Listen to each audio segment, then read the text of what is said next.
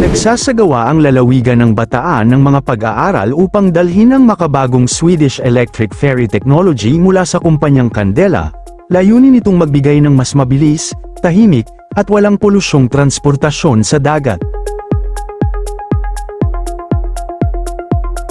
At bago natin ituloy, kung ikaw ay bago pa lang sa aking YouTube channel ay huwag kalimutan mag-subscribe at i-click na rin ang bell icon para lagi kang updated sa mga bago kong upload video.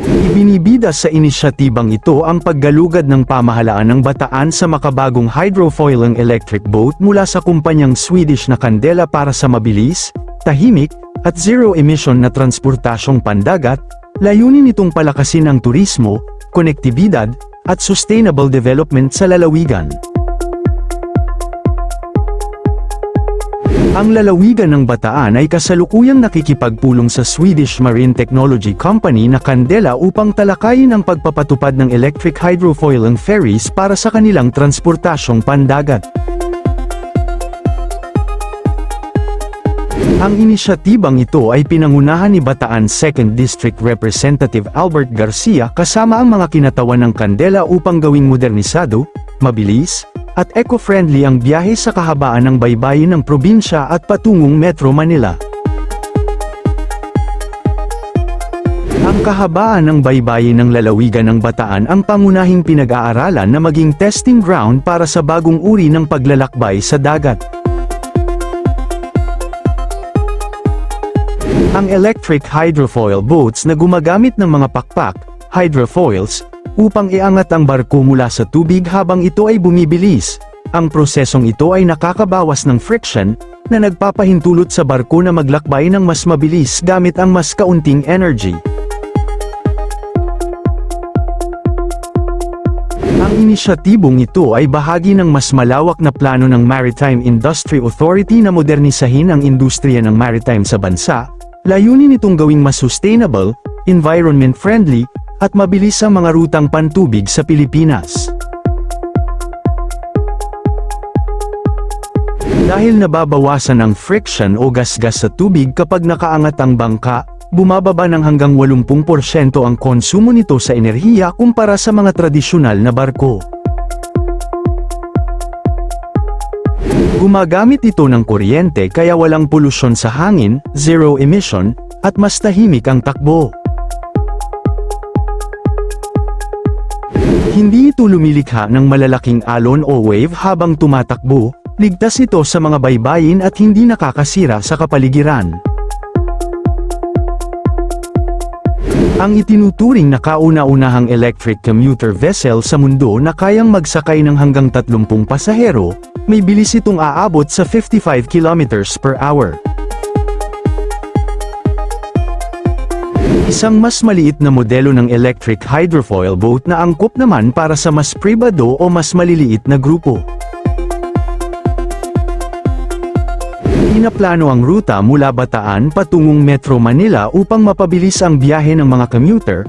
Tinalakay ang paggamit ng Candela P12 Shuttle at C8 models na kayang maglakbay ng malayo ng mabilis at walang nililikhang alon na nakakasira sa mga baybayin. Nais na gamitin ang modernong transportasyong ito upang mapabuti ang koneksyon mula Bataan patungong Metro Manila at mapalakas ang turismo, tulad sa Kamaya Coast at Authority of the Freeport Area of Bataan o AFAB. Samantala, ang Bataan Cable Car Project ay kasalukuyang nasa exploratory at planning stage pa rin kung saan ang pamahalaang panlalawigan ay aktibong nakikipag-usap sa mga foreign investors para sa katuparan nito. Target ng proyektong ito na magtayo ng isang integrated cable car transportation system na magpapaganda sa turismo at magbibigay ng makabagong transportasyon sa lalawigan.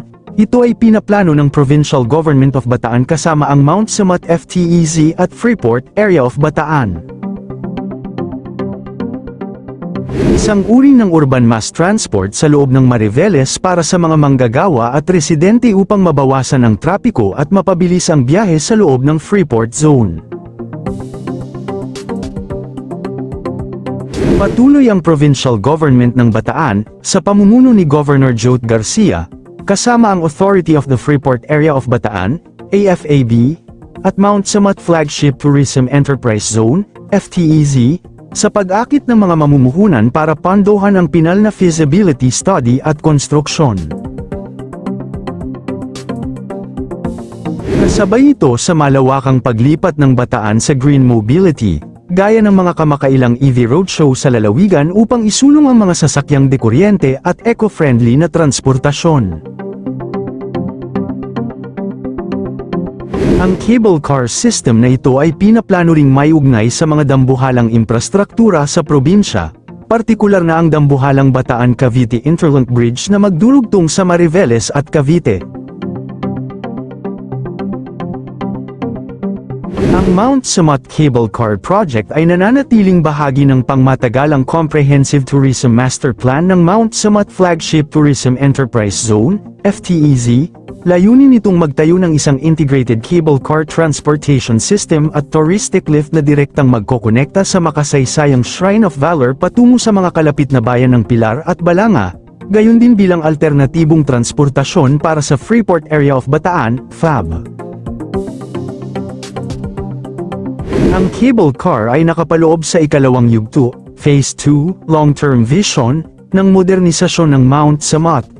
Kasalukuyang nakatutok ang pamahalaan sa paglalatag ng mga pangunahing pasilidad bago tuluyang maitayo ang cable car transport hub.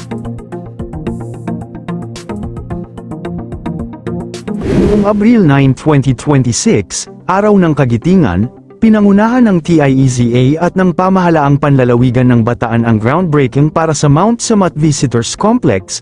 Ayon kay TIEZA Mark Lapid, ang mga pasilidad na ito, kabilang ang Tourist Assistance Center, Visitor Center, at Multipurpose Administration Building, ay target matapos ngayong Hunyo para sa isang posibleng inaugurasyon kasabay ng pagdiriwang ng Araw ng Kalayaan. Magiging kauna-unahang historical landmark sa Pilipinas ang Mount Samat na magkakaroon ng modernong cable car system, na magpapanatili ng solemnidad ng lugar habang nagbibigay ng makabagong kaginhawahan.